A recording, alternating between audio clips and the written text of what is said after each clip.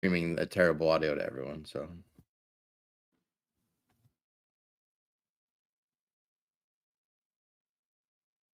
I guess we can send out mics again. Sorry, everyone. Yeah, I sent out mics. What up, Kat? How are you this evening? This lovely flat Earth Friday night. Doing absolutely wonderful. It's a flat Friday for sure. Haven't seen any curve in a while. Do you feel like everything's moving around you, or that you're whipping around aimlessly through an endless hail of mysterious objects that always change? Ooh, that's a tough one. It's really tough, but I can lay on the ground. I can stare at the sky and close my eyes. I can open my eyes. I think the sky's moving, Shane. I really do. I think I'm standing still and the sky's twisting around above me. That's amazing. That's what it looks like for everyone. I wonder why. I wonder why that is. Well, you know what? I'm going to adopt the philosophical belief that I can't possibly be that out of humble hubris and the rejection of the divinity of human life. What do you think about that? Therefore, you know how you live on a balloon? We're going to pretend that everyone's expanding everywhere and you couldn't actually tell from anywhere, and therefore you're meaningless and have no soul. How did it do, guys? Oh, that sounds horrid. Who would Right? believe like an awful tale like that? Sounds like a sad way to live your life. Right. But say, like, if you I wanted feel everyone to sorry for those people. if you wanted everyone to believe that, right? Like, what you'd have to do is to trick them into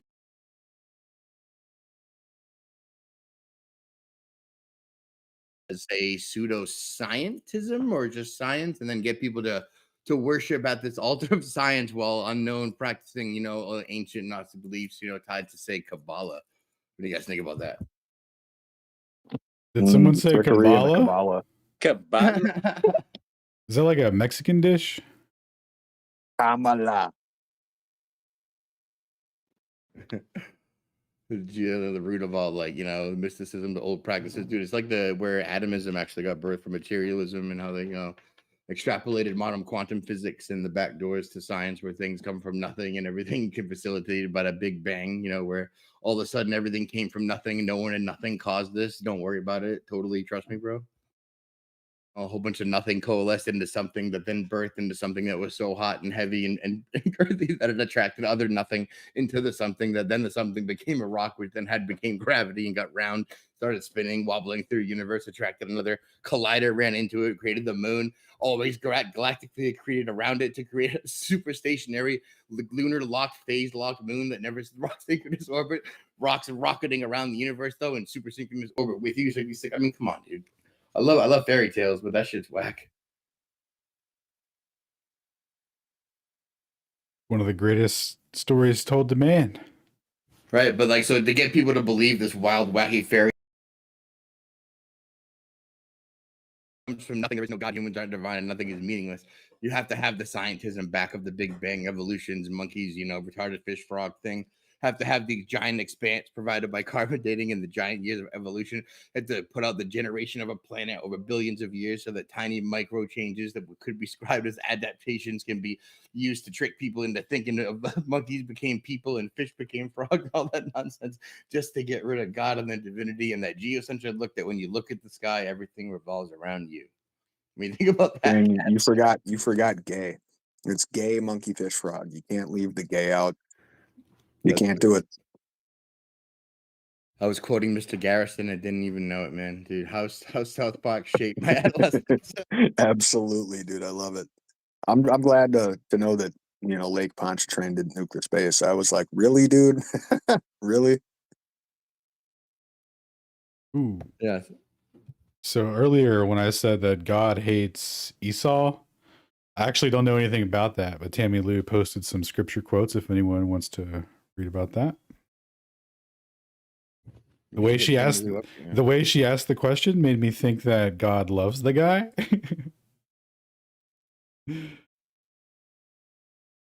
Send you a mic, Tammy, if you want to come up and talk about that.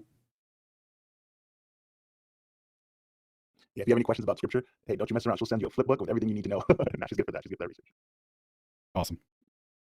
Tammy may send you the information, but Lynn does the talking for. Hey, quick question, Alan, if you don't mind, if you're going to cover this, because you said you were going to go over Aries a little bit, just never mind. But can you give me the TLDR on the final response that you had to our favorite physicist that works at CERN? Absolutely, bro. So Absolutely. the Malcolm Bodum video, you guys had a quick back and forth. So I'm just focusing at the end. What did he mean, and what was your response that he has yet to? Yeah. So give me 1 second to see if I can fix this audio glitch by reconnecting. So we have nice clean audio. Connect. Testing 1, 2. Okay. So the final summation of what had happened was, right, if you use relativistic velocity composition, meaning the rules for adding c plus or minus v, 1 second, it has to agree with the classical theory as well. So when you do that, they both predict that when you add water to a telescope, the angle will increase from 24.5 to 27.5 arc seconds. And when you use that ratio with the velocity of Earth on its assumed 30 kilometers a second orbit around the sun, that's the angle that you can get. And you can backwards derive one from the other. So if you introduced water and you got that increased angle change, it would be very significant proof that the Earth was actually the cause of aberration, right? Because remember, the purpose of the test of introducing the water is to introduce a change in the angle to substantiate which is moving, either the Earth or the sky, or some medium in between the Earth and the sky, right? Because it could go either way with just the measurement in air isn't enough to tell you those things. You have to introduce an asymmetry in the system. You have to manipulate an independent variable, right? We're all familiar with the scientific method. So we got to introduce a new variable. So anyway, when you do that, like I said, relativity, when properly applied, makes the same prediction, but they just apply an additional term in their equation. The classical equation is identical, but they just add a little gamma term, which just means they're adding an additional v squared over c squared, which is just going to move the decimal place back about 10 or 12 places. So it's just agreeing with the classic theory down to 2/10 millionths of a decimal place. Now,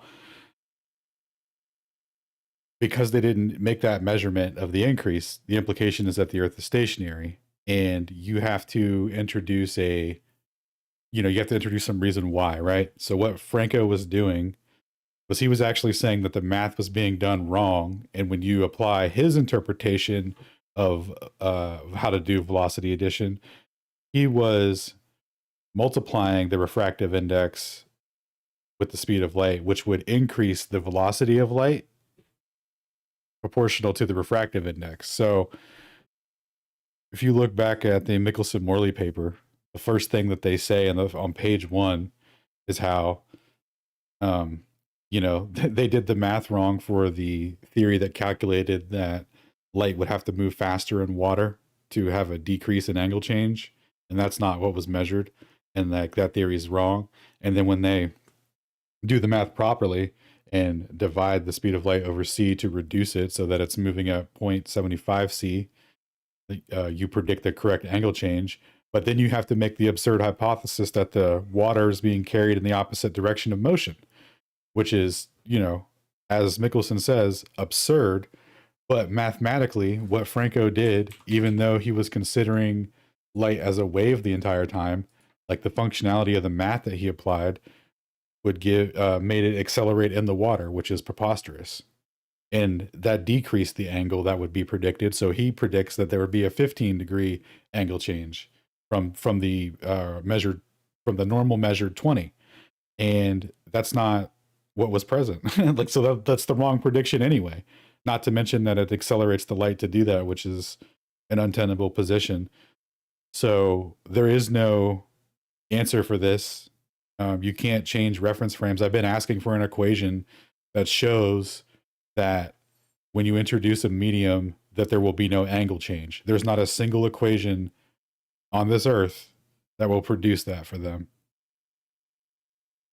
Yeah, I noticed he tried to invoke the Lorentz transformation, but that doesn't negate, like you pointed out, a refractive index in water. So how does he deal with that? That the transformation doesn't negate that, and he still has to deal with velocity differences with supposed moving reference frame.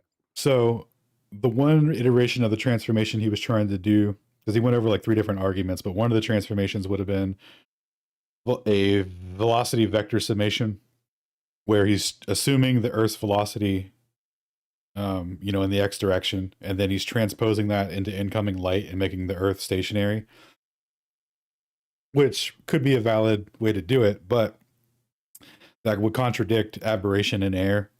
If you're going to give the light the same velocity, then it's going to come in with no angle difference with Earth's velocity. So you're not going to have a ratio for the comparison. So it contradicts air right off the rip.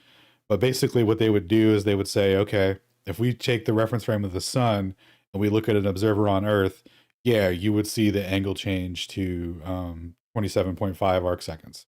But because you're in the frame, you can't tell the relative motion, blah, blah, blah, right? Now, that's not, that's again an untenable position because we have aberration in air. You can't have one and not the other.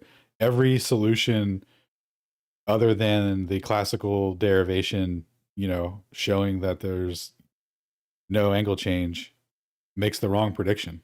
So like the implication is just that the Earth is stationary. You can't get around it because you'll if trying to use aberration in air as substantiation that the Earth is in motion, and it contradicts all other math when they added the water. They can't have it both ways. So just leads to contradictions, which is what we're dealing with now.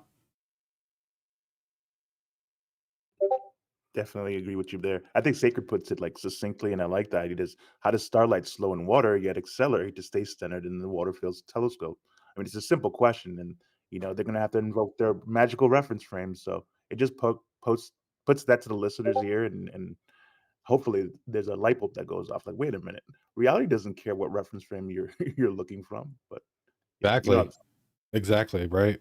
And the key point on that is that it's really interesting how, going back to when Witsit was on with Tim Pool and that guy's, what's his name, Astronomy Live, was like, the water's not sentient, it doesn't know, right? But it's like their claim is actually that the water is sentient and it's carrying it in the opposite direction of motion. Like, unironically, that is their position. And we had to go on like a 4-month back and forth with Franco to get there to realize that physics hasn't advanced on this in over 100 years. He gave mathematically the same inadequate explanation that was originally proposed, and is now has to carry on without saying it directly out loud that the light is being carried in the opposite direction of motion to give a null. Yeah, I like how you hold him to his feet to the fire. So what does that entail? And then he just, like I said, he won't lie. He won't always tell the truth, but he won't lie. So he just bails on the conversation. But anyway, thanks for the answers to the question, bro. That was awesome. Yeah, no worries. There's actually going to be a podcast that I recorded with Kat where we go over like a recap of it, following that AI summary that was done. I thought that was a really nice way to like relay the key points and go over it. But the AI summary was kind of off on some of the key stuff, so we wanted to do a correct version. That'll be coming out soon. I'm working on editing the video for that now. An Alan and Kat podcast coming? Oh, this is gonna be fire. A cat cast, if you will.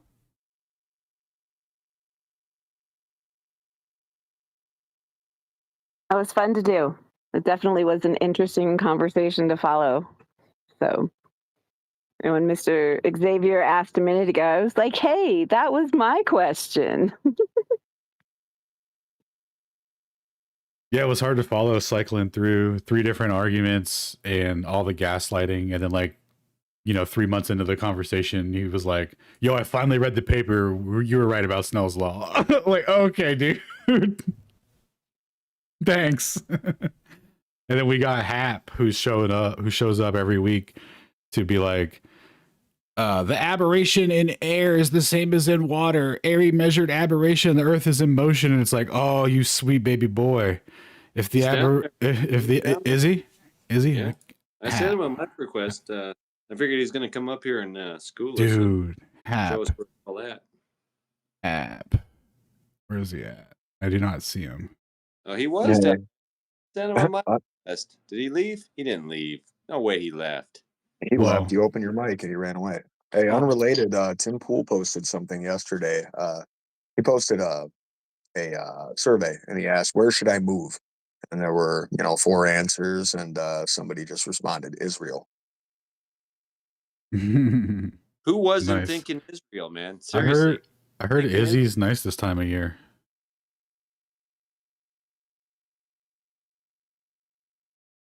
I mean, all that beanie is a really large yarmulke. Yeah, it's been shrinking too.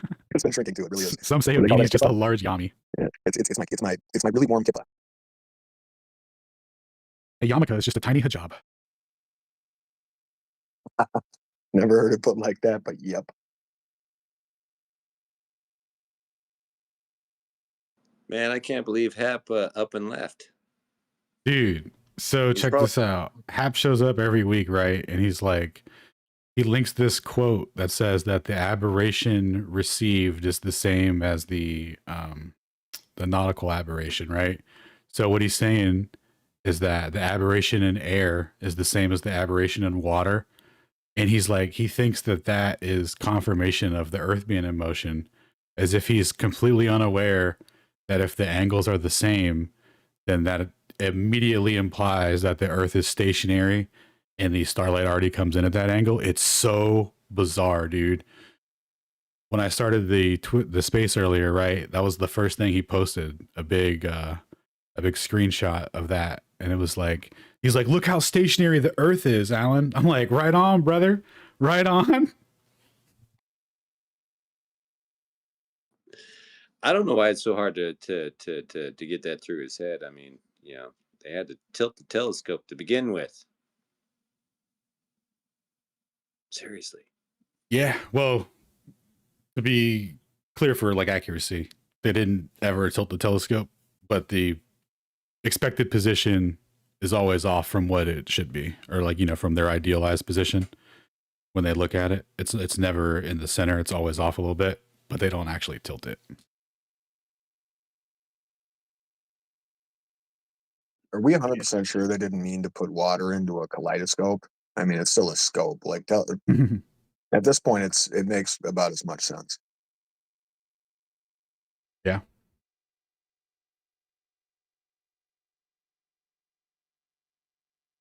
Yeah, there he is. Yo, Hap.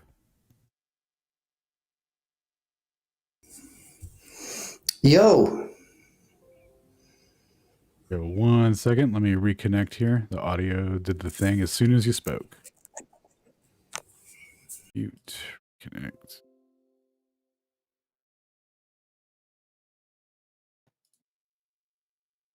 All right, Hap. Been listening in? You know my position? What do you got?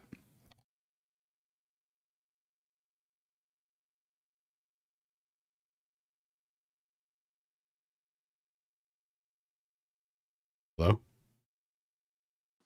You there, Hap? Yeah, I'm here. Can you hear Alan? Say something, Alan. Testing 1 2. Testing 1 2. Yeah, I got you, Alan. So do me a favor.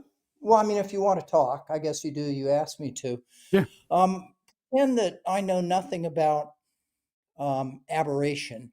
Explain to me what aberration is in air. Why do you say in air? Aberration in air is using they're not using a different velocity for the speed of light. They're using the vacuum speed. Okay. And that's how light from the star arrives to us at a deflection angle, yes? Comes in with a horizontal drift, yeah. No, it's not a horizontal drift. It just comes in at a different angle. Comes in parallel to the telescope, but it's always off center. A telescope in space, so you're still in the vacuum. Assume that's possible. Okay, sure. Okay. Well, aberration is all you have to do is tilt the telescope away from the star's actual position in order to center the star, because it's coming in at a deflection angle because of the proposed motion of the Earth. Yes? Yeah, I will acknowledge that. If you will not acknowledge the equivalence of the Earth could be stationary and the starlight could be coming in due to the angle of it being apparent already. Is What that you mean? Why would it have a different position in space if Earth isn't moving? because the sky would be rotating above us, it would create the same thing, and that's flat or globe. Like that's model. That's not dependent on how we're conceptualizing it. For intents and purposes of the conversation, we can continue assuming globe and then sky moving around us. Did you understand that there would be an equivalence between the two? I used to do planetarium shows for people, and one way to make them understand it better is to say we live inside a giant beach ball, Yep. and the beach ball's rotating around us, and all the stars are painted on it. So yes, there's an Okay. equivalence. Okay, cool. Okay, perfect. Yeah. So yeah, we could go either way with the aberration that's measured, right, in air, because there's no. Yes, there's a motion that's causing the Aberration, yes. angle of aberration deflection. The aberration, yes. Yes, sir. Now, when the starlight enters air, it doesn't really change the aberration. There may be refraction from being in a different medium, yes? Possible, but I would say it's very slight. I think we have the exact figures from the early 1800s when they first figured out how they could use an interferometer to measure the differences in air versus moist air. You know what I'm talking about? With Fazal and Foucault and all that. It'll change the refractive index. Yeah. The index at your vertical, like 90 degrees, is way less, and I don't remember the specifics on it, but it's pretty negligible.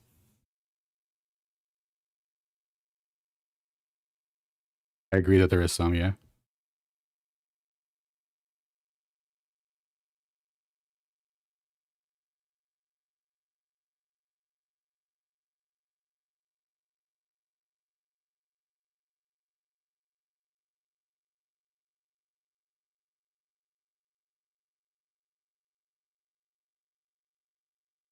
Hello?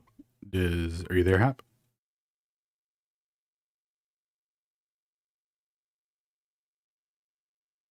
Yeah, I've got you, Alan, but I don't hear Hap. Okay. I was worried that power went out or something again. I don't even see Hap down as a listener right now.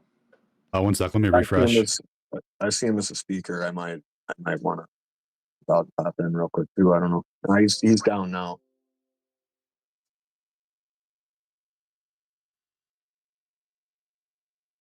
Testing 1, 2. Yeah, we got you. Brian is always super quick, dude. He sees people drop out faster than anybody. He's like, nah, he's a listener. I'm like, dude, I see his mic open. Nah, he's gone. All right.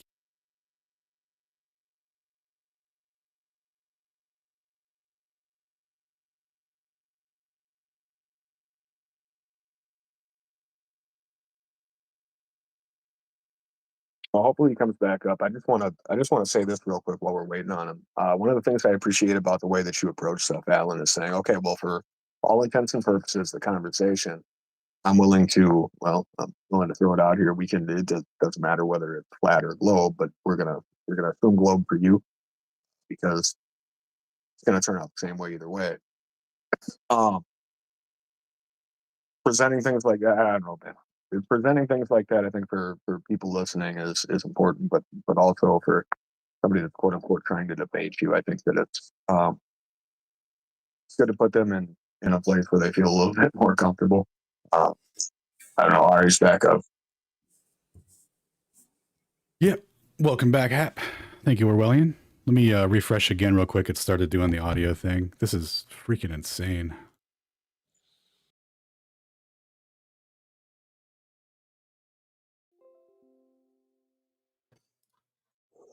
All right, I'm back. Okay, Hap, where were we? We were at the equivalence between the two systems for aberration. So we have aberration could be air, or could be motion of the sky, could be motion of the earth through the sky. Wait, you brought in air again. I don't understand why you keep bringing in air. Oh, because that's what we were starting with for the original premise, and then you disconnected. Yeah, okay. We were talking aberration, just like the normal measurement. But the angular deflection from aberration is due either to the beach ball spinning around an observer at the center or the Earth spinning. Sure. Has nothing to do with air. Right. But when we introduce a different medium, right, we're going to be able to manipulate one of the variables that we're using to as a ratio to derive how much the angle should be to correspond to the velocity. That's assuming. Yeah. Okay. So did you ever hear that example by Paizo about dropping balls into a moving or into a moving garbage can? Yeah. Okay. So that's my model of light and capturing it in the telescope. And I'm perfectly willing to hear why you think, in the case of the garbage can, and you'll probably agree with me on the garbage can, and you'll say that light should be dragged by a moving reference frame. But let's do the garbage can first. If I model, if I have a moving garbage can and I'm dropping in a horizontal plane, I'm dropping balls that are moving at the same rate as the garbage can, the balls will drop right down to the middle of the garbage can. Yes? Now, if I fill the garbage can up with water, when the ball hits the top of the water and slows down because of the water, the ball's not going to be deflected because the garbage can is already moving. The horizontal movement of the balls has been eliminated because I'm moving the garbage can at the same speed. So slowing the ball dropping through the garbage can won't affect.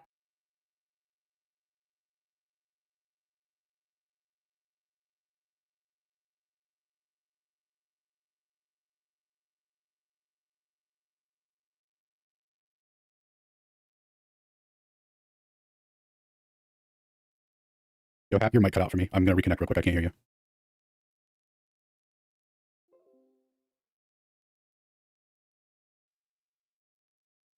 Testing 1, 2. Can you speak, Hap? Oh, lost him. I think it's Hap, not you, Alan, honestly. Yeah, I think so too, yeah. That's okay. Twitter's being really lame tonight. I keep getting the audio thing where it'll randomly just start echoing when people talk. Yeah, I was also going to say, he apparently doesn't want this conversation to happen. Yeah, he doesn't. No, he definitely doesn't, but yeah, I think it's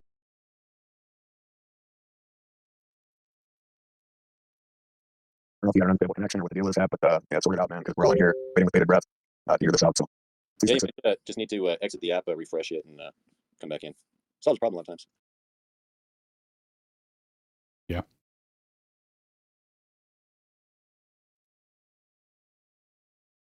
Shout out to Hap. There he is. I see him. See if I can get him back up. Shout out to Hap, though, for coming up. He does at least do that. He does do that. Sometimes. Who else is in here? I see Peter down there. I see Galatrax. I'm a stare down there. What's up, there? Luke from Australia, my brother. Shout out to Luke. Still living on a journey. Still kicking. Love that guy. He's upside down, but he's all right. Yeah, I mean, his turds swirl the opposite direction of mine, but we're still human, so.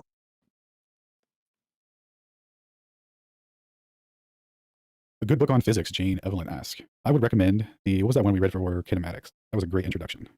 Anybody there? Yo, what's up, Yo. Hap? Welcome back, sir. For a minute. Garbage can. Shall we go?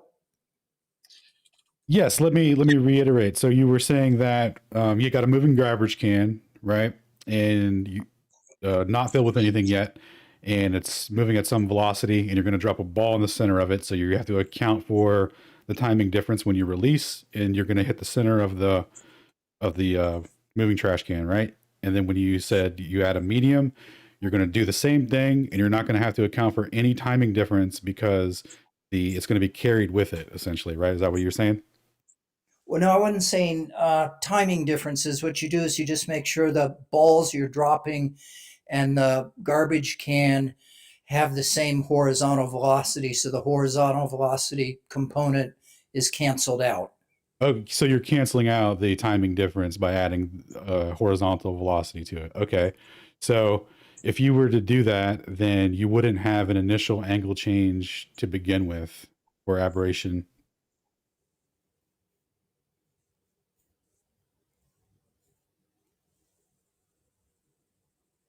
the incoming light velocity is the same as Earth's velocity, then there's going to be no change. You won't have aberration. No, I'm not saying Earth velocity. Let's go back to the garbage can. So since the ball, it's analogous. Like I get what you're saying. It's analogous, But so we could go either one. They're interchangeable. The trash can is the Earth. The ball is the starlight. Or this analogy is directly interchangeable.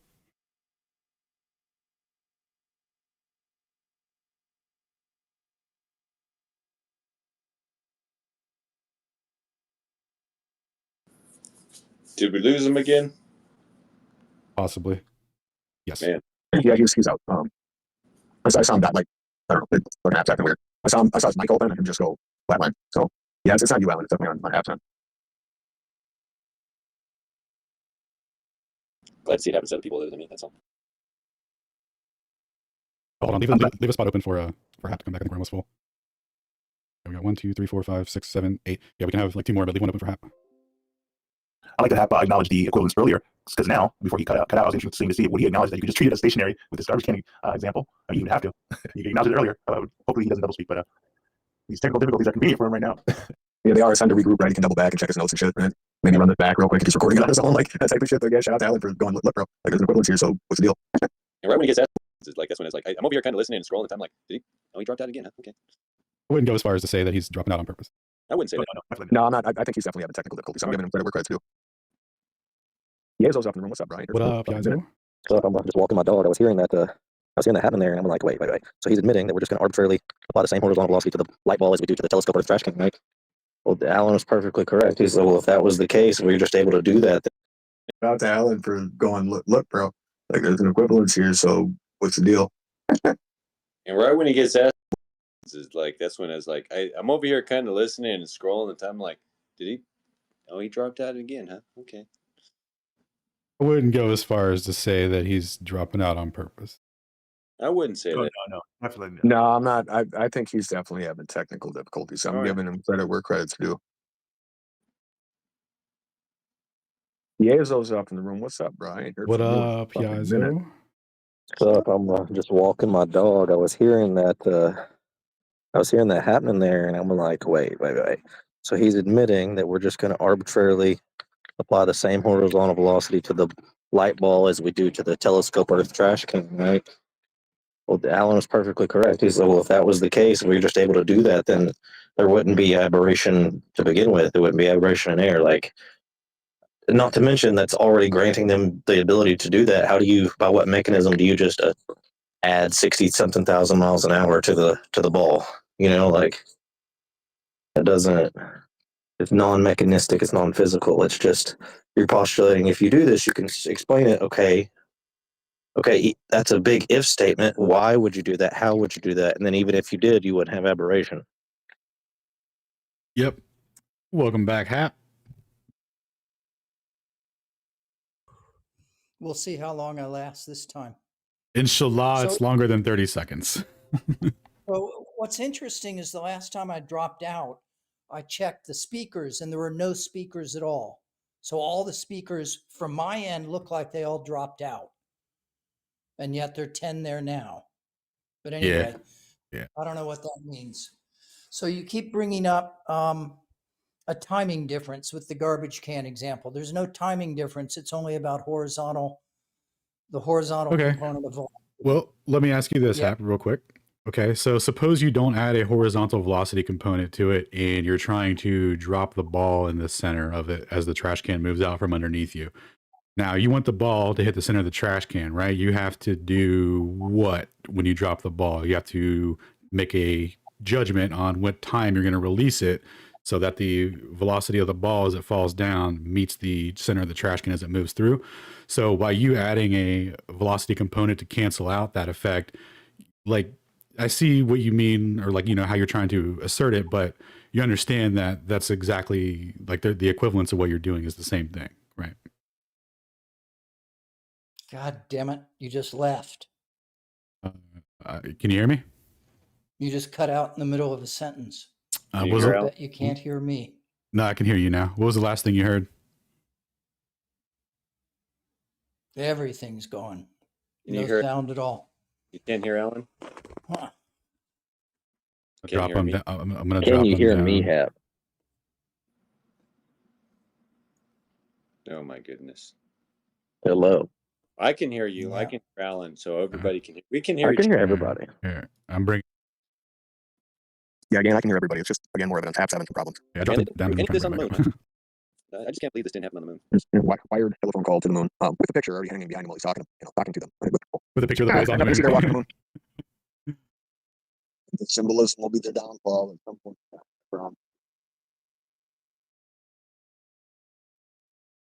But yeah, it's happened. I'm eager to actually hear this Yeah. come to fruition. And for some odd reason, like Hap's technical difficulties don't seem to want to allow that to happen. Can I ask a quick question? Absolutely. What's up? Well, what is the point of, I checked out Grok on Aether cosmology. What are you hoping to try to achieve here? Is this an intellectual debate, and for what purpose, if I may ask?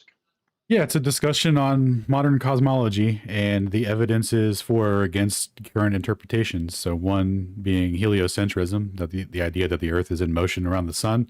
Right now we're discussing mutually exclusive evidence in the form of the change of an angle of stars in the sky when you add water looking through a telescope to substantiate whether or not the Earth is in motion. And what is this going to do for me if I know the answer? And I don't mean to be sarcastic. I'm working on my own.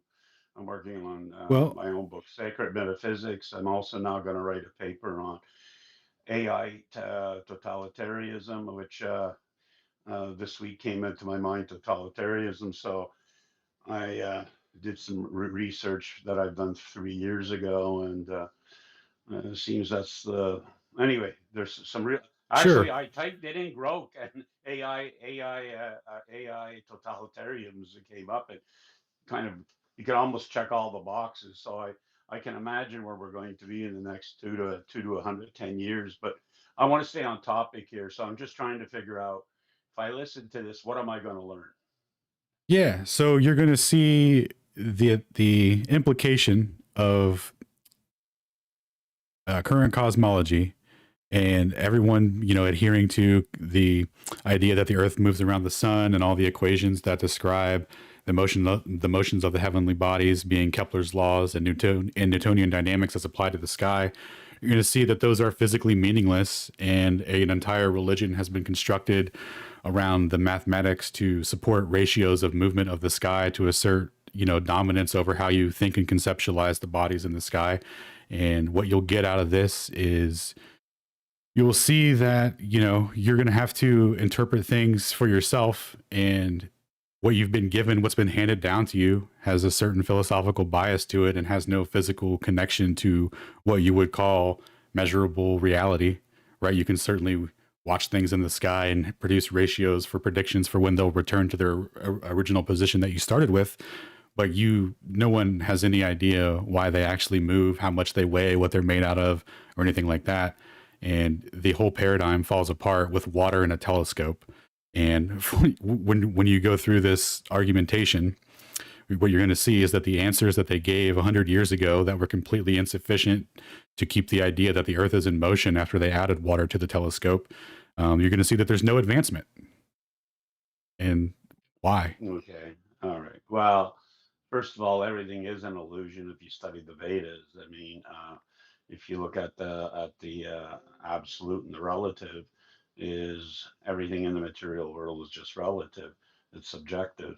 It's there's a yeah. So see, I've actually writing on the logos, which is the absolute, objective, eternal truth, which always leads to God. So my premise I'm working on, and I'll stop right there, is if God exists, God would be the universal God of every soul in time and space. So I'm interested in this. I don't want to get away from your subject, but it seems like all metaphysics, you're going to go in circles. And I've been through a lot of those, and I don't see any. Anyhow, I'll listen. I listen. You got a great vocabulary, brother. I congratulate you on that. Even I didn't follow. I did and I didn't. it's not my thing, but I'll listen for a while as long as there's some intellect. Do you know 53% of Americans can't read at grade 6 and lower levels? Only 14% of Americans actually can read at a grade 9 level. So this is way beyond all Americans. All right. So, and that number also expands into, I'm from Canada. It's globally. So can imagine 53%. And when you discuss with people about reading, they say you don't have to read, which leads you to a whole other thing. But Yeah. God bless you, brother. God bless you, and You, everyone else in the room. you too, man. And I don't mean to cut you off, but we'll definitely come back to you. But Hap, welcome back. Okay, can you hear me? Yes, sir. I'm on a different device. Nice. Hopefully this one works out better. All right. So where were we, Hap? We were discussing the timing difference and how to account for that. And I was telling you that there was, if we treat the trash can as, or I'm sorry, if we don't add a velocity component to the ball as we drop it and we just have the trash can moving out from underneath us, you're going to have to account for when the best possible time would be to release the ball so that by the time it gets to the bottom of the trash can, it'll be in the center. So you're going to kind of have to judge out the ratio of when you're going to do that. So that's the timing difference, right? But when you add the horizontal velocity component to the ball, you're doing the same thing. So like when you say that you're not accounting for it, correct, you're not accounting for a timing difference of when to drop it, but you've added the difference of what it would have to be in the velocity component horizontally so that it'll work out. So you would be canceling out the effect of any sort of deviation between the relative motion between the two. So you wouldn't have any aberration.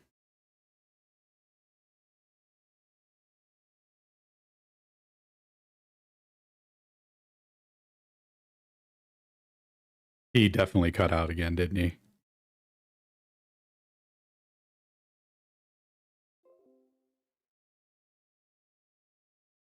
Is anyone there?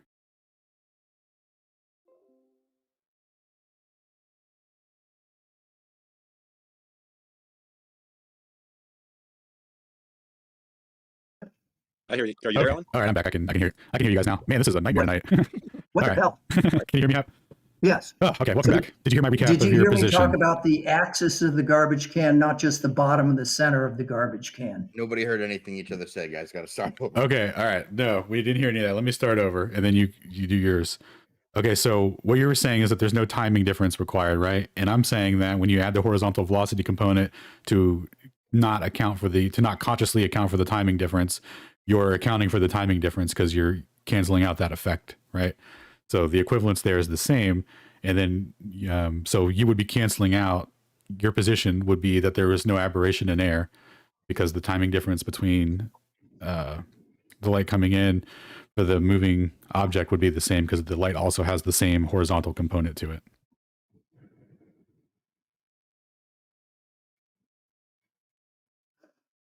I don't think that's what I was saying.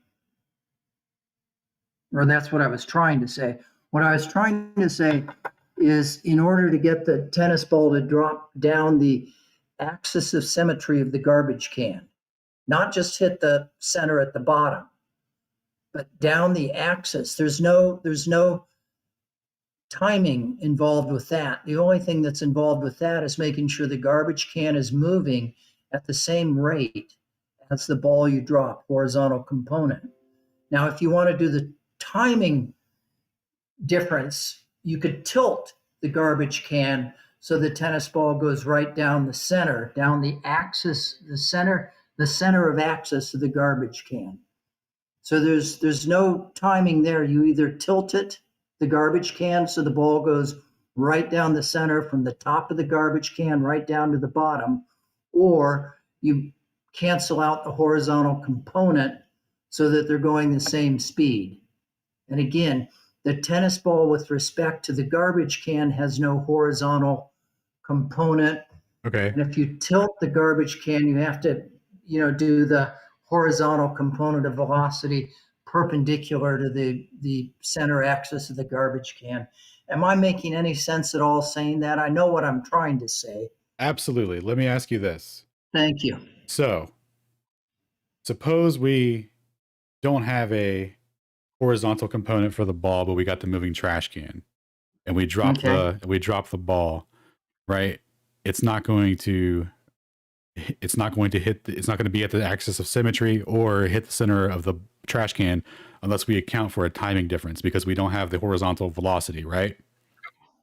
But how is the timing difference going to make a difference there? I would say if you tilt the garbage can, you can get it to go right down the center from top to bottom. That's the same position that I'm saying, right? There's still a timing difference. No matter how you account for it, that's what's being accounted for. So if you're attributing a horizontal velocity component to say that you don't have to account for the timing difference, then you're just making it match to cancel out accounting for it. Okay, but for the garbage can, but that's accounting for the same effect, right? Because like we just said, if you don't do that, it's not going to be in the center when you just drop it normally. Okay, and what do you mean when you say center?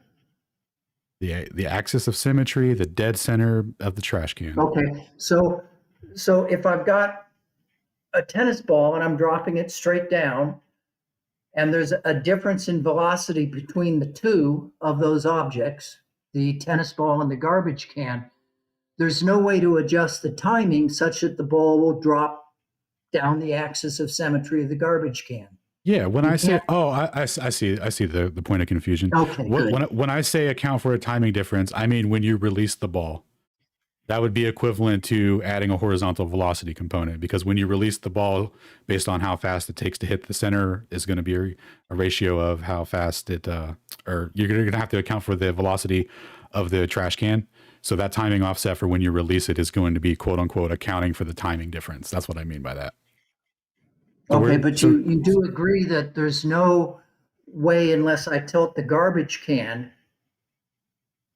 that the tennis ball is going to go down the axis of symmetry by adjusting the timing.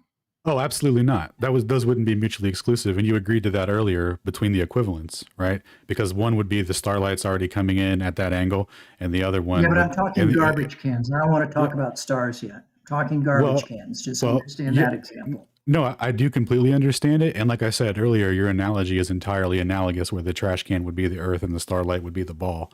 So it's entirely analogous either way. Any way we play this out, we're already there.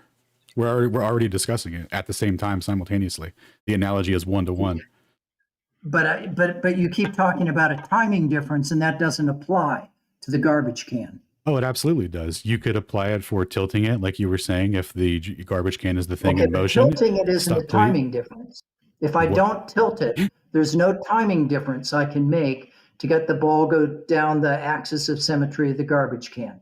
Can't do it because there's a horizontal component of velocity that's different between the ball and the garbage can. So there's no timing difference I can make. That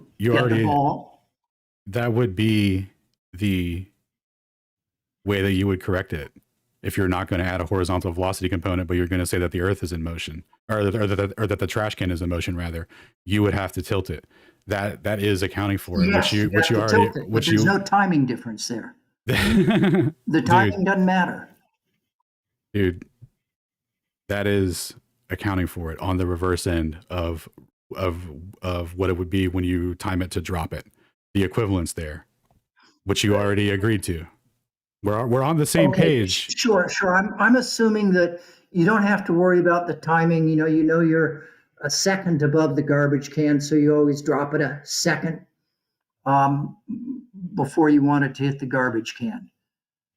But as far as the garbage can and the tennis ball goes, there's no timing other than, you got to synchronize it so that it hits the top of the garbage can in the center. But unless you account for the difference in horizontal velocity between the tennis ball and the garbage can, there's no way you can get it to go down the center of the garbage can with a timing difference, unless you tilt the garbage can. No. Not if you account for it when you release it. That's the equivalence between the two. You can't deny one and say the other is mutually exclusive.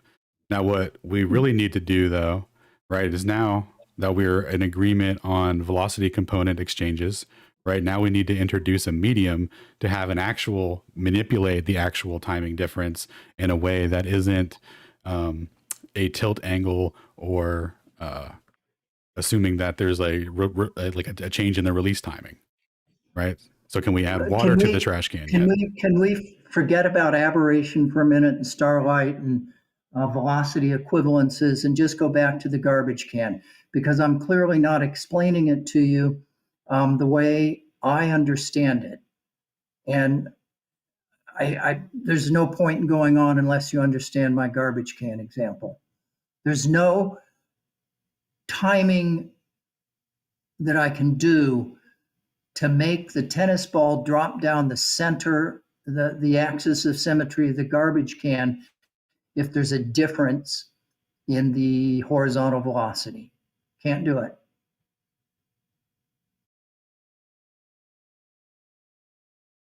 You already agreed that it is when we were talking about aberration. And the analogy that you're using is analogous to aberration. So you can't turn around and have it one way, but then trash can out of it.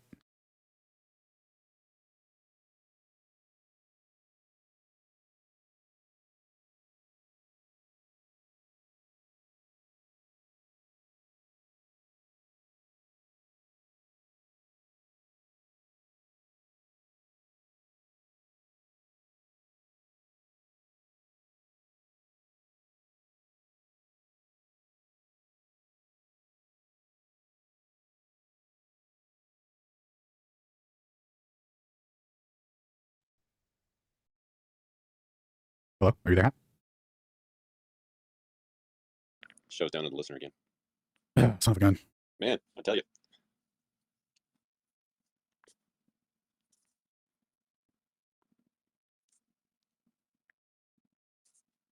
I don't know if he just left again. Maybe he's trying to refresh again. I just sent him another invite.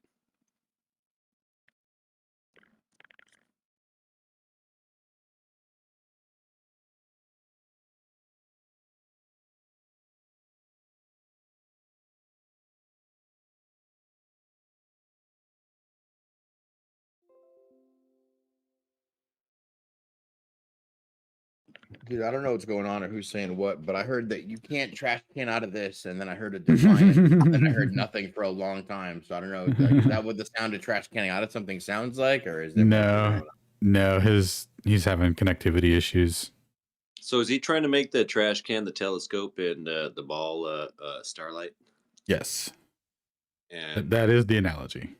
And that's what I figured. And he's saying as he drops the ball, the trash can's already moving. Is that what he's saying? Because and that's why it's hitting the center. And he's somehow I don't see how that's is. Are we going with the atmosphere? He's saying if you add the equivalent velocity that the trash can has to the ball, that you wouldn't have to account for any difference. But anyway, he's back real quick. Yo, what's up, Hap? Welcome back. Hi. Yeah. Can we just talk about the garbage can and not go? Sure. Man, I think we lost him again. Unless it's me. Dude, no way we lost him 2 seconds into his sentence. 2 seconds, man. I already Jesus, man. It was a hard click off too. It was like I hope he's not still talking. He could be. Hey, Hap, you got dropped again. Just remember, it's your satellites up there doing it, not us.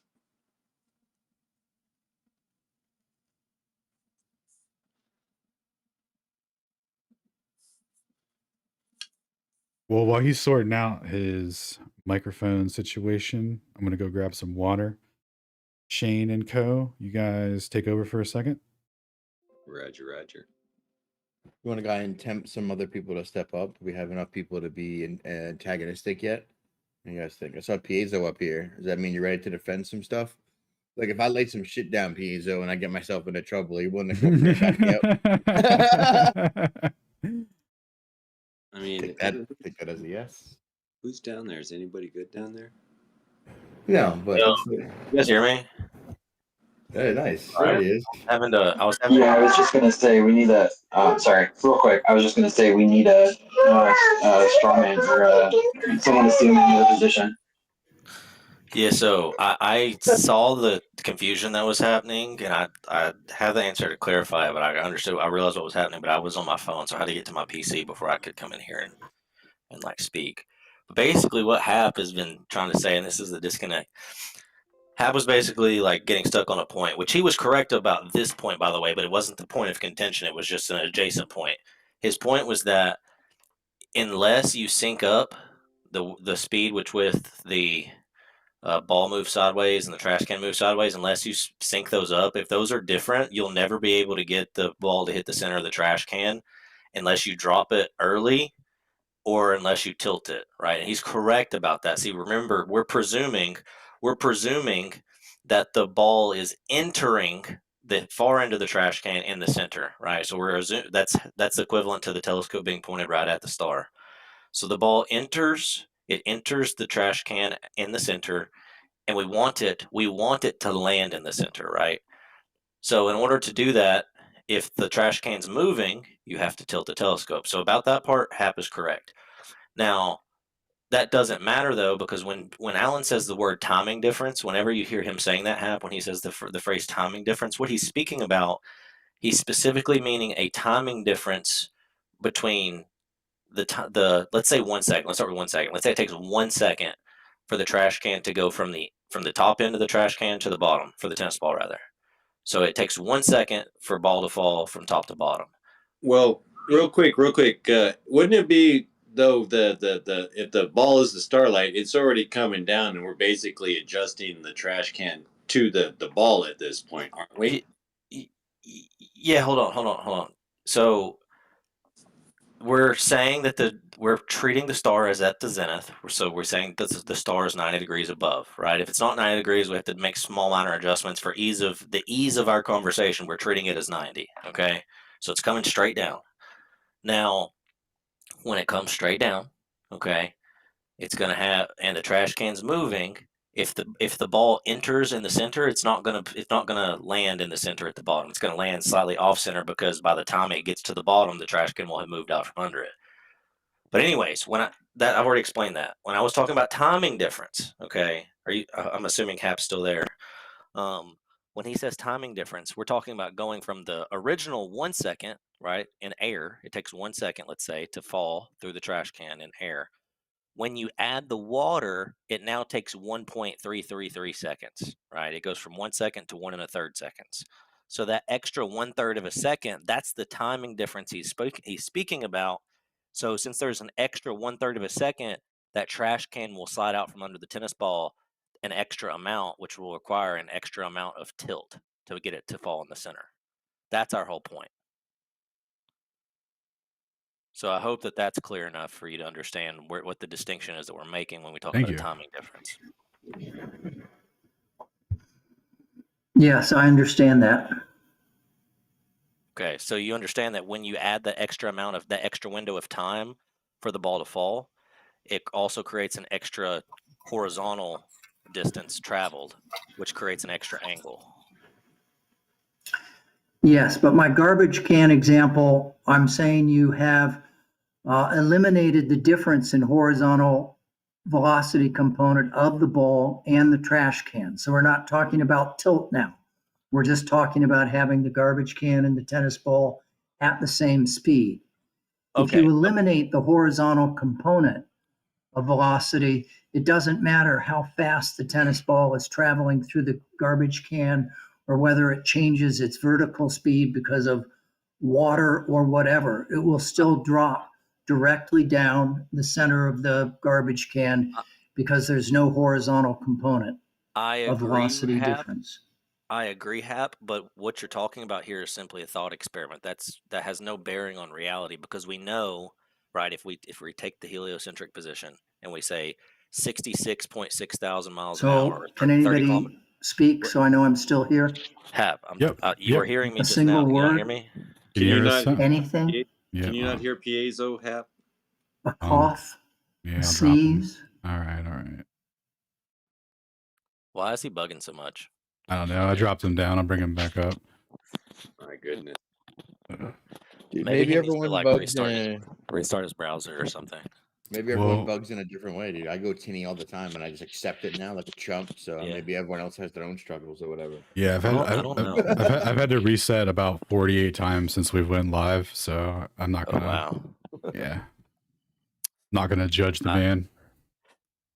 But hopefully he can hear from the listener section right now while he's waiting to get brought back up. So the answer, Hap, is that what you're doing, I agree with you. If the ball was moving sideways and the trash can were moving sideways at the same speed, it wouldn't matter if it took 1 second or a million years to fall to the bottom of the trash can. It would always fall in the center.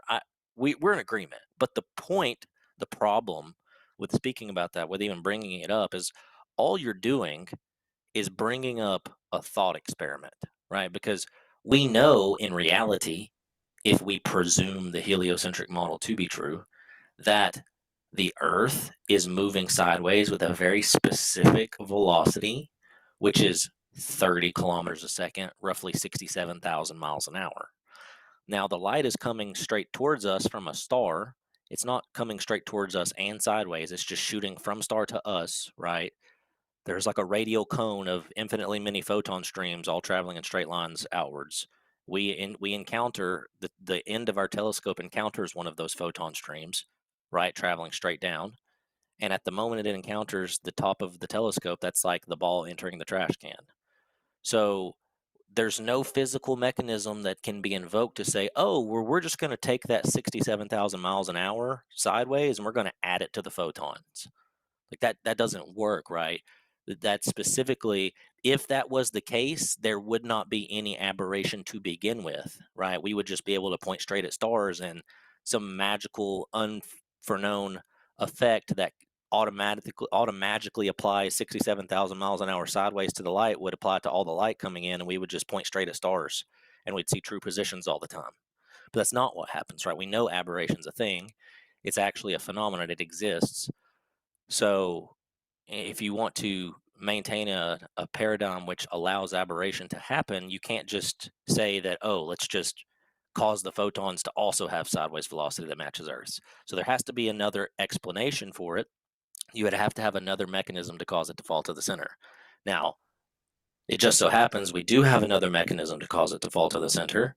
It's tilting the trash can or tilting the telescope, because since there is a horizontal velocity difference between the trash can and the tennis ball, or between the Earth telescope and the starlight, that will create that angle, because now you can tilt, depending on how fast that trash can's moving sideways, you can tilt it a certain amount that will match the time it takes for the ball to fall through, and that will give you a centered tennis ball.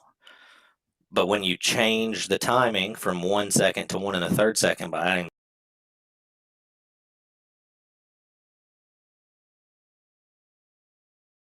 angle formula, by the way, that's the formula that we use to predict aberration. So that formula correctly predicts it. It predicts the tilt, and it's based on the two speeds, the two velocities. Now, our position, as I'm sure you know, but I want to clearly restate it, is by adding the water, you add more time for the light to get through the telescope, and since it's taken longer to get through it, the Earth is spending longer going sideways, and it shifts out from under the telescope more and more, requiring more and more tilt. That is mathematically required. We presume the same cause, the same effect, the same mechanism, and the same formula to predict it, to calculate it. And when we do so, we go from about 20 arc seconds to close to 27 arc seconds on our angle. When Airy performed his experiment to take these measurements to see if he could demonstrate it, he found that he could not, and he received the same measurements with the water in the telescope as without. This is why it's so destructive to the heliocentric paradigm, because one must needs tilt the telescope in water if there is a velocity component to the Earth. The only way that the angle would not change would be if that horizontal velocity was not that of the Earth, but it was that of the starlight. Because if it was that of the starlight and the starlight was already coming in at an angle, it would not matter how long it took, because it gets slowed down in all directions when it moves through that water. So since it's getting slowed down at the same proportional ratio as it's coming in at this angle, it's still going to hit at the same spot. This is why the only position that can correctly predict no angle change when water is added is that in which the Earth telescope system is in fact stationary. The dynamic asymmetry from the water proves this unequivocally. But that's our position. Well said. Well said.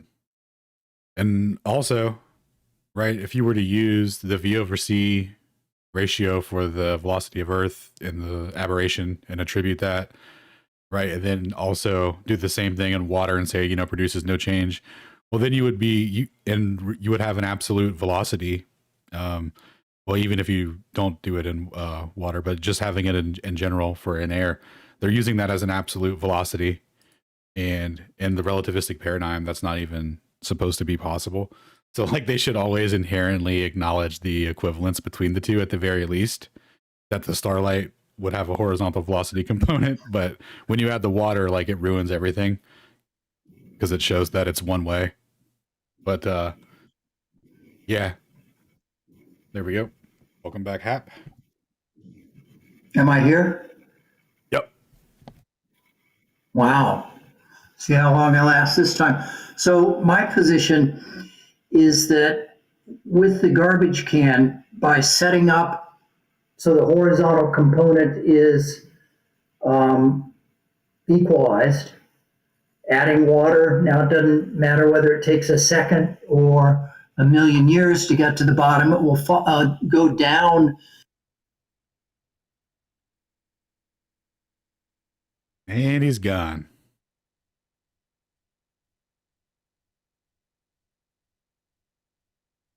Yo, peace be upon you, Hap.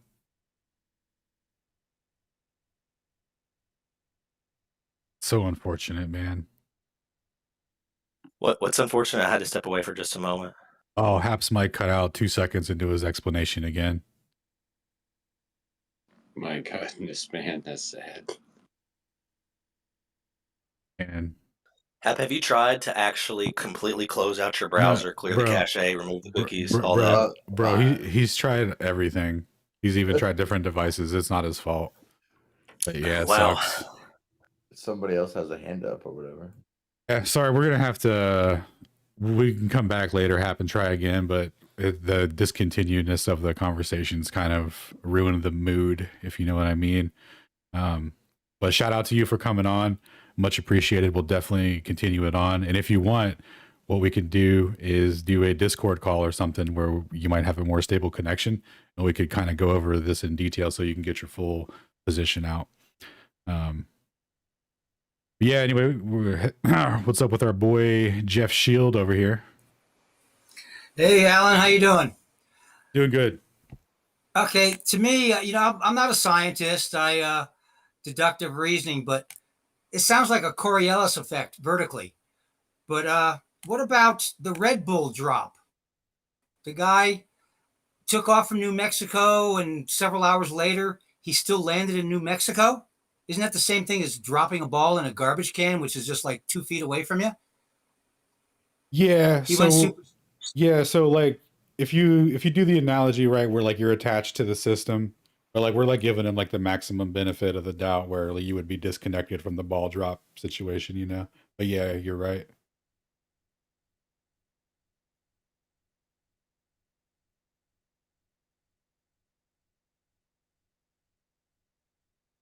Shout out to Felix Baumgartner though. He ended up in the wrong direction too. Wasn't he off by like 30 miles in the wrong direction too? He was off by an absolute shitload, and yeah, there's so many so many revelations that came from that quote unquote stratosphere jump. And I don't think I don't know, man. I don't think they intended for as many people to ask as many questions as they did. But there's many. There's so much wrong with that jump.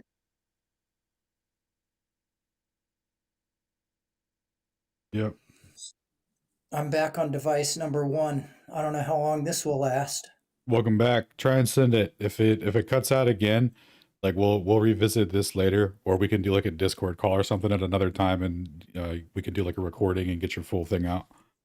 I appreciate that. So my position is the equivalence between the garbage can and the tennis ball is making the horizontal speeds the same, and you'll get it down the center no matter how long it takes to go down the center of the garbage can.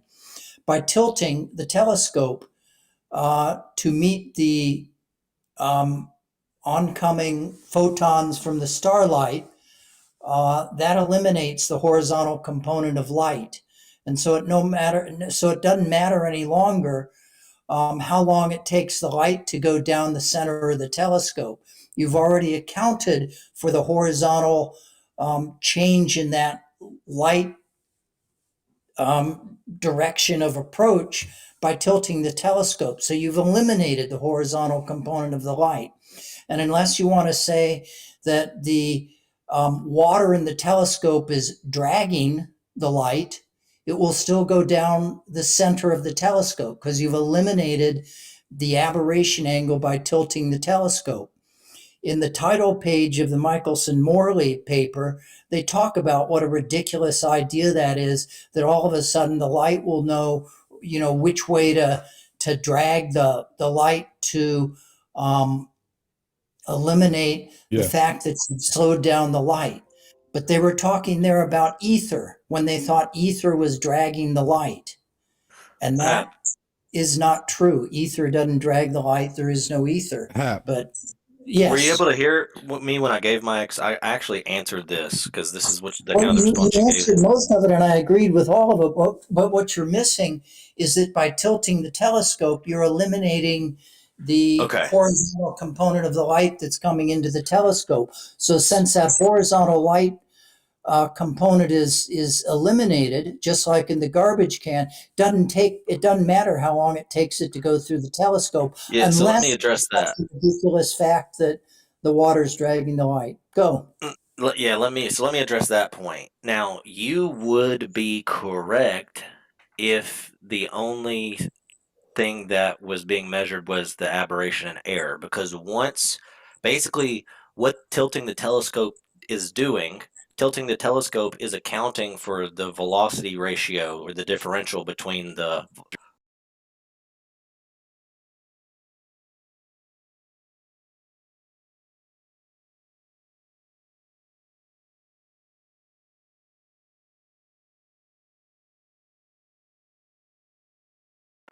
tangent theta angle of the tilt will neutralize that velocity ratio to get you basically centered. But correct.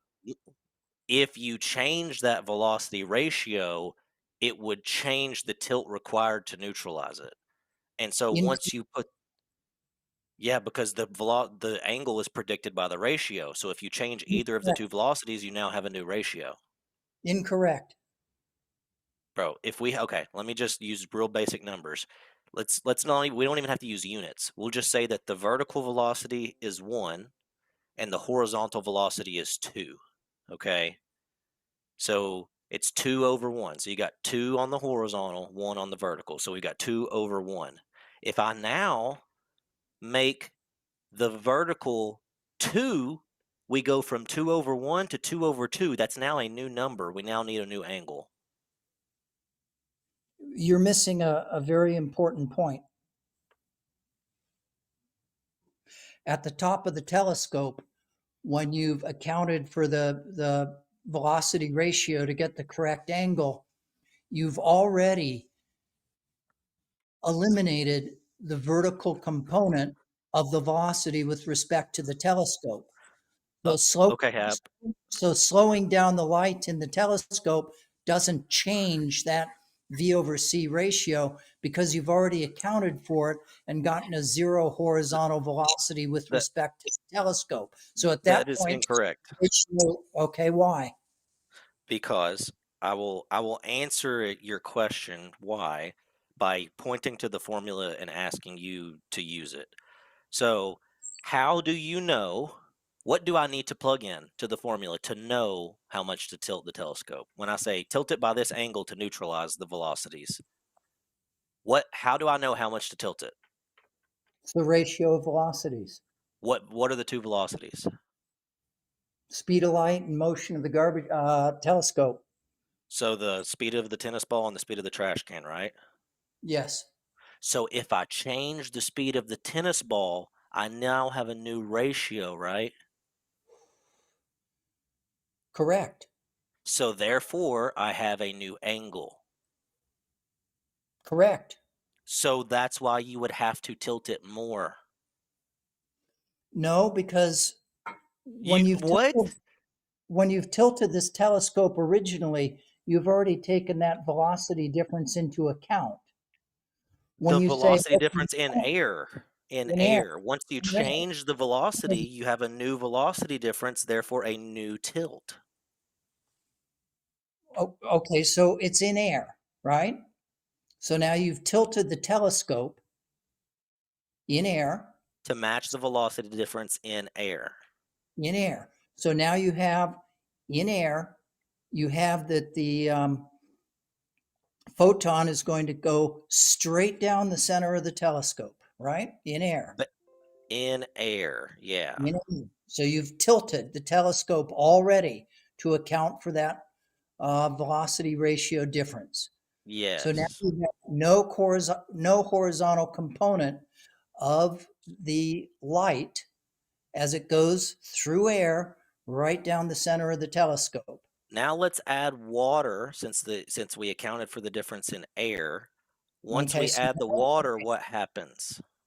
well, since there's no horizontal component of velocity with respect to the telescope, and you slow the light down, going down the center of the telescope, down the axis of symmetry of the telescope, unless you're going to say that the water is going to drag the photon off of the center of axis, it's going to continue down the center of axis. The tennis ball never had a horizontal component, Hap. The trash can did. Correct. Well, the tennis ball and the garbage can didn't have a relative difference in the horizontal velocity. Yes. The trash can was moving and the tennis sideways and the tennis ball was moving vertically. The only thing moving sideways was the trash can. The tennis ball also has a horizontal component of motion. Do you really not see that you are using the same formula in one way for air and in a different way for water? Like you're self-contradictory in this moment. Do you not understand that? I don't know if like you're purposely not realizing or if you actually don't see it. I think he genuinely didn't see it until just now, bro. He just realized it right when you were going through the 1/2, 2/2. Yeah. No, so the way that we know how much we have say to it out tilt loud, it, Hap. say it out loud. Sure. The way you know how much you have to tilt the telescope in order to have the light wave hit you vertically in air, perpendicularly in air, so it goes straight down the center of the telescope. You have to tilt the telescope based on the ratio of the speed of the telescope and the speed of light. It goes right down the center of the telescope.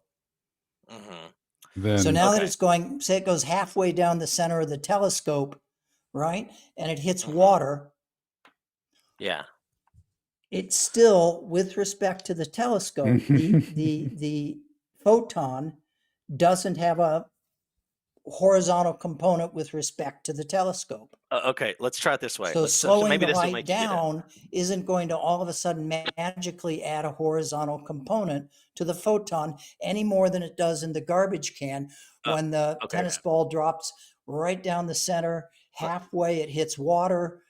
But since the horizontal component's the same, it doesn't matter whether it takes a minute or a million minutes for it to reach the bottom of the trash can at the This is center. incorrect, and It's I the think I have the same with illustration to show light. you why. When you tilt the telescope, you're accounting for that angle that the aberration causes. Right, And the the aberration original one. occurs because of the difference in. So am I gone, or can anybody hear me? No. Can you hear me? So I'm gone again? No, we can hear Somebody you. say something. We can Cough, hear We can all hear sneeze. you. Shit. I have the illustration to make him understand. I'm just going to wait for him to get back up here so he can get it because he needs to hear this. Yep. He's dropping down. I got you. I'm bringing him back up. We're trying to. It sounds to me like he can't understand that the water slows down the light. Does he not? Yeah. Does he So not get that? you know how earlier he referred to Michelson stating that they have to make the absurd hypothesis to state that the water is being carried, or that the light is being carried, that the photon's being carried in the opposite direction of motion. Right. He's literally doing that right now without saying it. Well, it sounds like he's just using it at the first part of the experiment. No, I have the illustration to show him like the problem here, but I want to wait for him to come back up to give it. Yep, I got I you. figured out where the disconnect is.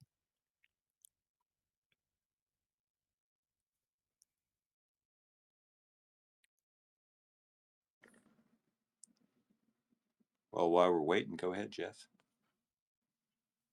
Yeah, you guys are knowledgeable in science a lot. I feel like the Larson cartoon. Can I be excused? My brain is full.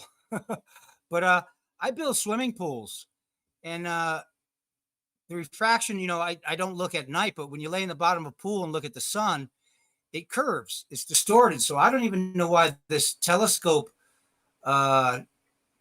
technique is used to try and prove the Earth is moving through space, because air and water refract light totally different. The light slows down, it bends and moves in the air and water, into the water. Just lay in the bottom of, look at the sun. It's not right above you. It like shifts, So I don't know why this is important to try and prove when we have other techniques to prove the Earth is not moving, right?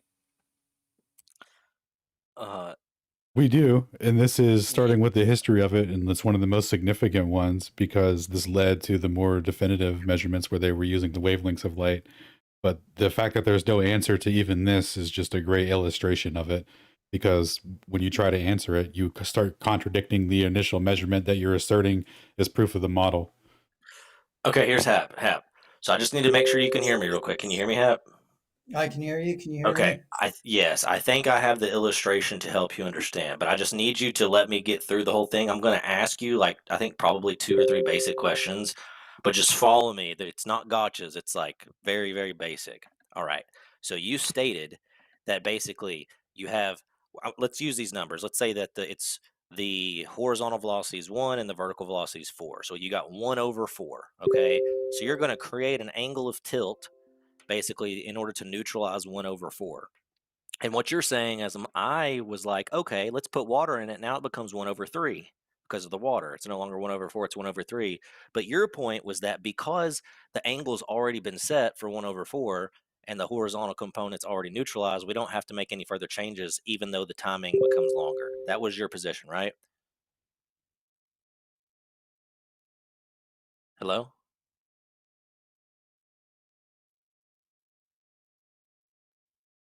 We lost him again. Oh my goodness. Okay. Hap, just give me an emoji. Just react. If you can still hear me, just give me an emoji. Think twice if you hear us, son. Okay. All right, he's got us. So here's my answer to help you understand. What if we start out with water in the telescope first? Because if we just start out with water in the telescope, now we're starting out with a 1/3 instead of a 1/4. Now we know the angle for 1/3 is different from 1/4. So if we just begin with the telescope with water, and then we remove and we tilt it to neutralize the velocity angle differential for water, we now remove the water, and now we've got air. Now do we have to tilt it backwards in order to correct for the air?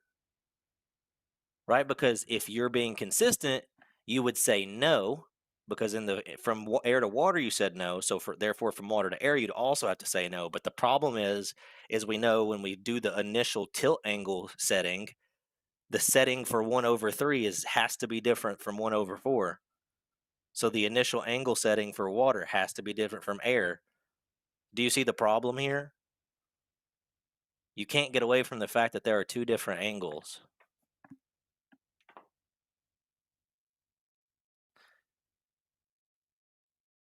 He dropped down to listeners, and oh, he's giving me a thumbs up. Okay. Now he's giving me a thumbs down. I sent him a mic to see if I can get him back up, so we'll see what happens there. But I mean, that was his position, you know. I mean, because the angle's already been set, it doesn't matter if we change the velocity, it's already been set. Okay, set for what? Well, it was set for air, which is 1/4. So if we set it for something different, right? If we start with water, we set it for water, which is 1/3. It's going to be neutralized for water. If we just start out, let's pretend we never did an air measurement. We're just starting with water to begin with. It's going to be set for water. It's going to work. It's going to be neutralized. Pretty And then when we straightforward. take the water out, go to air. It's now different. And we know that the two initial set angles are different, because all we have to do is look at if the numbers 1/3 and 1/4 are different.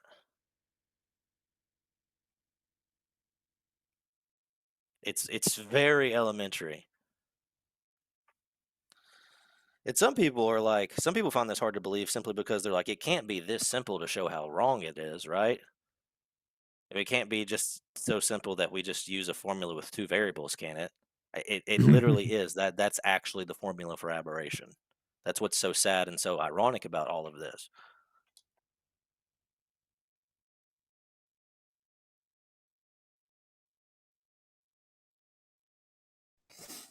Am I back? I hear someone. Who is that? Yeah, so Hap is back. I don't So see him, but I hear him. He's here, man. He's here. Trust him. Now I see him. Well, maybe it's better I'm not seeing her. Welcome back, Hap. Yeah, so I heard most of what you said. I agree with most of what you said. The angle that you tilt the telescope is going to have to be different, whether it's air or water. But once you've accounted for it, whether it's air or it's water, you've eliminated the horizontal component with respect to the telescope of the light. So it doesn't matter if halfway down the telescope you change from water to air, or whether you change from air to water. At the top of the telescope where the light is entering, you've accounted for the aberration angle difference. And unless you assume that putting the light in a different medium is going to somehow add a horizontal component to that light that you've already accounted for at the top of the telescope, whether it's air or water, you're set. And it doesn't matter what happens to the light as it goes down the telescope, whether it speeds up or slows down. Did anybody hear that? Yeah, we heard it. Do you hear us? Yeah. Okay. Good, Okay. good. So My position. what I don't understand, Hap, what I don't understand now that this has been explained, you agreed that depending on which one you start with, your initial angle that you set is going to be different. You agreed with that part. Yes. Okay, now pause right there. So we're in agreement on that part. We're all on the same page so far. Okay. So let's use those numbers 1/4 for air and 1/3 for water. Okay. If we use these numbers, you agree that this initial set angle, if we start with water, that's a 1/3. And the initial set angle, if we start with air, that's a 1/4. And we agree that those are different. Hello? Okay, Hap, I'll drop you down. Give us emojis. Cut out. My Looks goodness. like I'm still. We hear you. I don't. Can you hear piezo, Hap? I don't Yeah. know. Hap, we lost you. I dropped you down. Do some Had to drop emojis him, if you can hear Piezo. So if you can finish this point, then I'll bring you back up. Yeah. Can you hear me, Hap? Let's get those some kind of emoji if you can hear us. All right.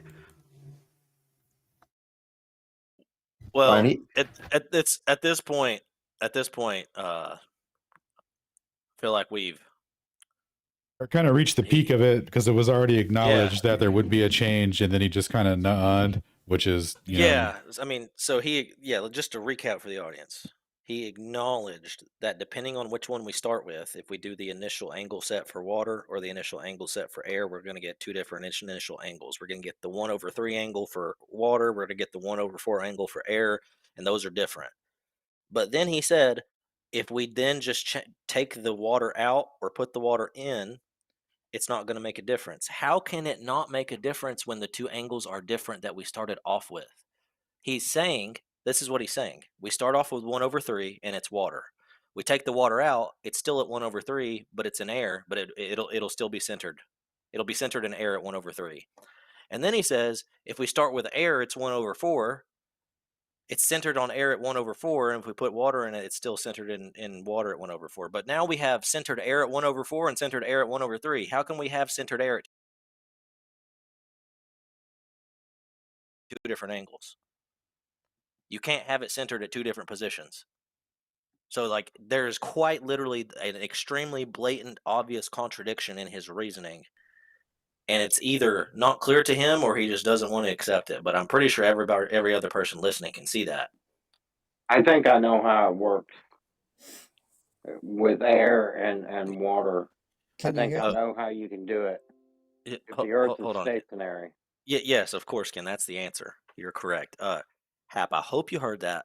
Just to recap, just in case you didn't, you acknowledged that the initial set angle for water, it would be 1/3. The initial set angle for air, it would be 1/4. Those two are different. We agreed up until that point, and then you said, but once you change the medium from water to air or from air to water, you don't have to make any more corrections because it's already been set. The problem with that is, Hap, if we start with water, we've got 1/3. That's the angle. It's set. It's not changing. It's 1/3. We take the water out. Now there's air in there. It's pointed at we've got air and it's pointed at 1/3. And you're saying air is going to be centered. But just a second ago, we started with air, and air is 1/4 and it's centered. So how do we have the telescope centered with air at 1/3 and centered at 1/4? We're talking about the same star here. How can it be centered at two different angles at both times? It can't be centered at both. Started with water. Said it backwards. Because initially, when you tilt the telescope, you're accounting for 1/3 or 1/4. Once you've done that, you've already eliminated the horizontal component of the photons coming in with respect to the telescope. So at that point, it doesn't matter whether you speed the light up or slow the light down. It's not going to suddenly magically add a component to the horizontal component to the light. You've already accounted for it when the light initially enters the telescope. You've tilted it so it's going down the center of axis of the telescope. And at that point, slowing it down or speeding it up isn't going to change whether the light continues to travel down the center of axis of the telescope. Can you still hear me? Yes, I can. You can hear me, I'm assuming. I'll tell you what. You're decent with math, right, Hap? I turned off Bluetooth this time. I was hoping maybe that. Yeah. He was using Bluetooth the whole time. I'm gone. You're gone. Can you hear us now, Hap? All right. Well, another time, gentlemen. Yeah. Rest in pieces. Go ahead, Pizio. Just drop it here, Hap. I'm going to drop you. Well, can you drop him down? I already dropped him. Yeah. Okay, just hasn't updated for me. So, I was actually going to say this for his benefit. I was going to talk to him for his benefit because I'm almost positive that just about every other person in here understands this by now. It's like very elementary. It's actually somewhat like I kind of have empathy right now that he's continuing to not understand this point, and It has to be cogdis. I mean, the only way that you don't apply it to cogdis is if you apply it to dishonesty, and I'm not going to make that stretch right now. I'm not going to accuse the man of dishonesty. But he's really not getting it right. Like, he's saying that the air could be centered at 1/3 because it started at 1/3, and the air could be centered because it started with water at 1/3, and the air could be centered at 1/4 because we centered it at 1/4. Bro, if it's 1/3 and it's centered, it can't be centered at 1/4. If it's 1/4 and it's centered, it can't be centered at 1/3 with the same medium. Like, I mean, those are two different numbers. 1/3 is not equal to 1/3 is not equal to 4. Those are two different numbers. Like, this is the most simple logic that you can almost possibly get to when we're talking things that deal with math. 3 is not equal to 4. But for your benefit, Hap, I really want to make you get this, because for like at this point in the conversation, it's no longer for the audience. Like, this is for you, bro. So I think if we do the Socratic method very basically here, I'm pretty sure we can nail this down. Just please be patient with me. All right. If we start with water, you agree that if we start out with a telescope with water in it, we're going to tilt it 1/3, right? Can you hear me? Yes, yes. Okay, I understand the point you're trying to make over and over again. And what I'm saying is that the initial Hap, set please. telescope, Please. whether it's 1/3 or 1/4, I know, Hap. Please, Okay. please. I will get you, bro. Just please trust me. I will get you there if you will let me talk to you with the Socratic method. Just please, like, let's run this through once and just try. Okay? Okay, If at the end 1/3 and 1/4 are different. Go. Okay. So, yeah, but we got to do the nuance part to address what your point is, right? So we're going to piece it together. You agree. We start with water. We're starting out with water to begin with. When we tilt for the water to be accounted for, we're going to tilt 1/3, right? Right? Oh, yes. 1/3, Okay. 1/4. I understand. Okay. And then when we take the water out, now there's air in it, but it's still pointed 1/3, right? Correct. But you're saying so far you're saying that once we took the water out, now the air's in it, we don't need to change that 1/3 angle, right? 1/3 is still going to work for the air, right? Oh, wait. Was 1/3 for the water? Yeah, it had water in it, and we had a No, 1/3 tilt. a different medium in the telescope, you have to tilt it differently. What? Are you serious? No, my point is. Wait. You just literally took our position. You said there's a different medium in it. We have to tilt it differently. That's our entire position, Hap. If the You telescope. just understood it. You just got it. You're there. You get it now. You Yeah. have to tilt it differently when you change the medium. Airy did not have to do that, though. When Airy changed the medium, he didn't have to change the tilt. You're missing my point. When you set up the telescope initially to receive the starlight right down the center of the telescope, you set it up for whatever is in the telescope, water or air. Doesn't Yeah, matter. so And those water, are let's going say to be- water, those are 1/3. going to be different. Once Okay. you've done that, you have Yeah. set up the. Yeah. Once you've done that, you've set up the angle. I think we lost them. Oh my god. Did everyone just see what just happened? He literally acknowledged our position. Well, then he wanted to start I heard it. on the telescope with water, and that's not how it goes. You start off with no water, and then you Well, adjust the star. Yeah, but either way, like, we could apply it analogously. Well, that's why I Whoa. did it backwards. So we start with air and go to water, then we start with water and go to air, because there's going to be a difference there. Like, you can't have it both ways unless you want to say 3 is equal to 4. Yeah, I mean, I'll drop Hap and try and bring him up real quick one more time, because it would be worth it to continue that now. Dude, I couldn't believe my ears when he's just like, yeah, it'd be different. I'm like, what are we arguing about then? And then he went back and went like circled back around to the position right before he said that. So yeah, we're about to eliminate the horizontal velocity component. Guys, that doesn't mean anything. Or are we eliminating it pointed at 1/3, or are we eliminating it pointed over 1/4? Because his position is once you point it and you eliminate it, it doesn't matter what medium you got in there because it's already pointed. It's like, okay, but what you're saying then is I can point it at 1/3, take the water out, it's still centered on air at 1/3, or I can start out in the first place with air and I'm going to point it at 1/4. You're in both cases, you're saying the telescope is centered on the star at two different positions. It is a contradiction. I think that we have a serious case of just classical cognitive dissonance when it comes to this topic. Because I mean, when it comes down so simply to 3 is not equal to 4, like, I mean that is like we're talking about single digit numerics right now and an equal sign.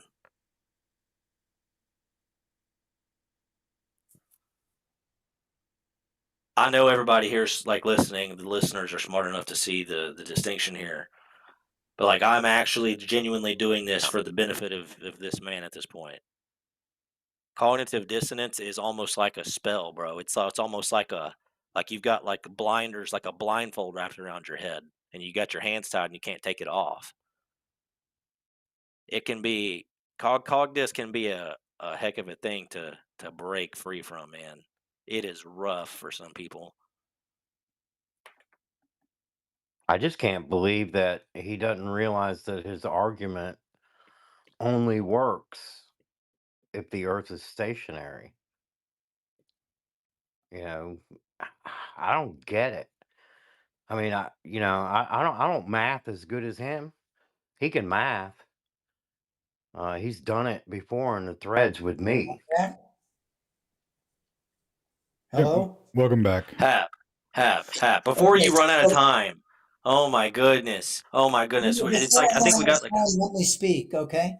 I understand what you're saying over and over again. What you're missing is from my point of view, and maybe you can correct this, from my point of view, once you have corrected for the 1/3 or the 1/4, you've got the photons traveling straight down the center of axis of the telescope, whether you start off at 1/3 or 1/4. Once you've accounted for that tilt to get the light coming straight through the telescope, it doesn't matter whether you slow the light down or not. It's going to continue straight down the telescope because that's the only component of velocity you've got. Straight I can correct it. I got you. Bro. It's two steps. Step 1. We start out with water and it's 1/3. We take the water out. We're now in air, but we're still pointed 1/3 in air. We're pointed 1/3 in air because that's what we started with water. No, track. No, that's not what I'm saying. But wait, hold on. Wait. If we start with water and we That's point, not what I'm saying. what do you mean that's not what you're saying? I'm asking you a question. If we start with water and we point based on the angle for water, we're going to be pointed 1/3, as you already agreed.